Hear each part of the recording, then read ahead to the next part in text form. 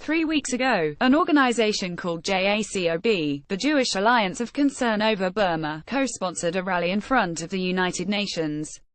The reason the government of Myanmar, Burma's current name, is slaughtering its Muslim minority, the Rohingya, on a vast scale. As many as 400,000 Rohingya have fled their homes. 40% of Rohingya villages are now depopulated. According to the UN High Commissioner for Human Rights, the situation seems a textbook example of ethnic cleansing. JACOB went further. It called Myanmar's actions genocidal.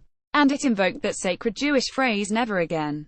JACOB's coordinator, Rabbi Simcha Weintraub, vowed that by every means possible, we must and will stop the genocide-killing machines of Myanmar. Well, not by every means possible. The United States and European Union have both banned weapons sales to Myanmar. Only one Western country still arms the regime carrying out this mass slaughter: Israel.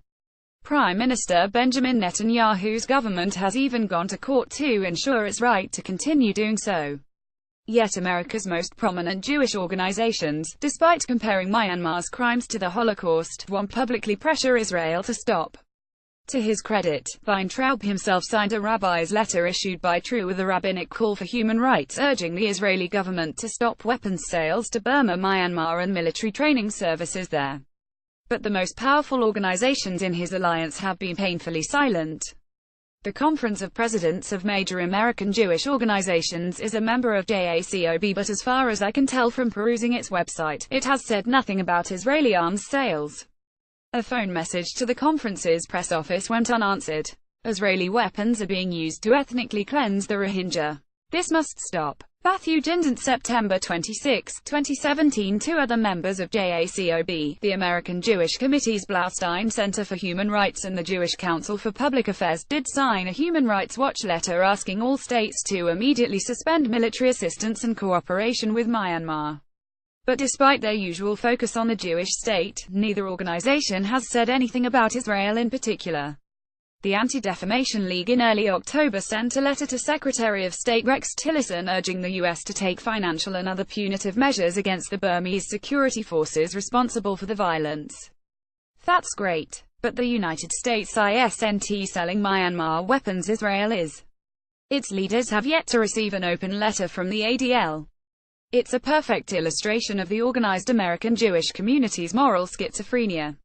When it comes to every country except the Jewish state, mainstream Jewish groups emphasize human rights. They do so because they genuinely believe that Jews have a special obligation to aid groups like the Rohingya, who suffer persecution and even genocide. They remember the Torah's reminder that Jews, as a people born in slavery, know the heart of the stranger.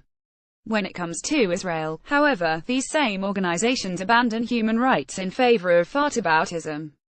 They argue that the real moral problem is not Israeli abuses but disproportionate criticism it attracts.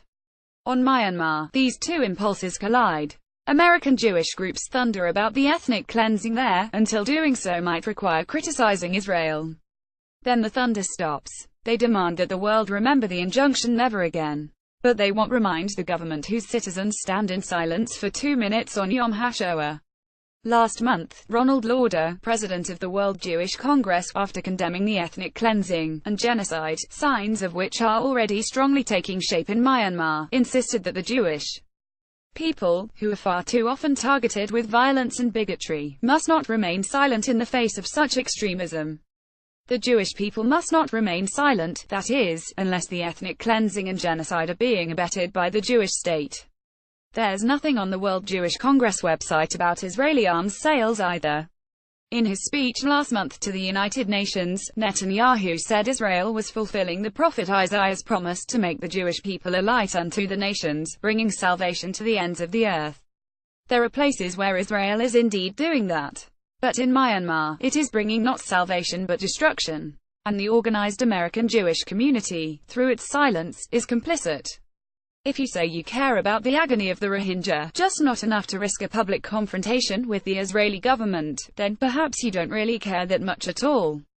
Jared Kushner, Israel and the Enduring Power of Whiteness. Peter Beinart, September 13, 2017. Peter Beinart is a Forward contributing editor and senior columnist.